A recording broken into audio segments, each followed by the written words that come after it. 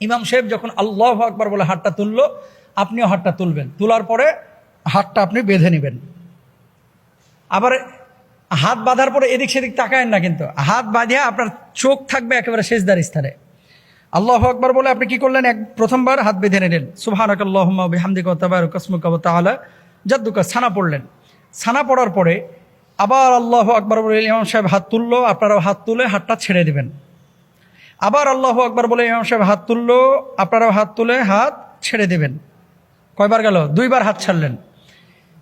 এবার আল্লাহু আকবার বলে ইমাম সাহেব আবার তাকবীর দিবে, আপনারাও তাকবীর দিয়ে ইমাম সাহেব হাত বাঁধবে, আপনারাও হাত বেঁধে নেবেন। আর ডান বামে তাকাবেন না, তাকাবেন হচ্ছে নিচে, নিচে সিজদার স্থানে। এবার ইমাম সাহেব হাত বেঁধে নিল। তাহলে প্রথম রাকাতে হাত ছাড়ছেন কয়বার? দুইবার। মনে রাখবেন, প্রথম রাকাতে কয়বার? দুইবার হাত ছাড়ছেন। ইমাম সাহেব সূরা ফাতিহা পড়বে, সূরার সাথে সূরা মিলাবে, আপনারাও সূরা ফাতিহা শুনবেন এবং সূরা মিলাবেন। 2 নম্বর বিষয়, আপনি তো কেরাত শুনলেন, শোনার পরে রুকুতে গেলেন, সুবহানা রাব্বিল আযিম, সুবহানা রাব্বিল আযিম, সুবহানা রাব্বিল আযিম। রুকু থেকে ইমাম সাহেব উঠলো, আপনিও উঠলেন। সেজদা দিল 2টা, আপনিও দিলেন। সেজদার মধ্যে কি পড়বেন? অন্য নামাজে যা পড়েন তাই পড়বেন।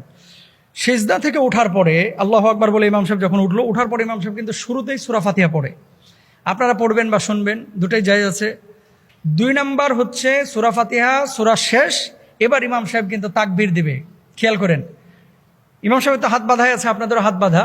আল্লাহু আকবার বলে ইমাম সাহেব হাত তুলে হাত ছেড়ে দিবে, আপনারাও ছেড়ে দেবেন। কয়বার গেল? একবার।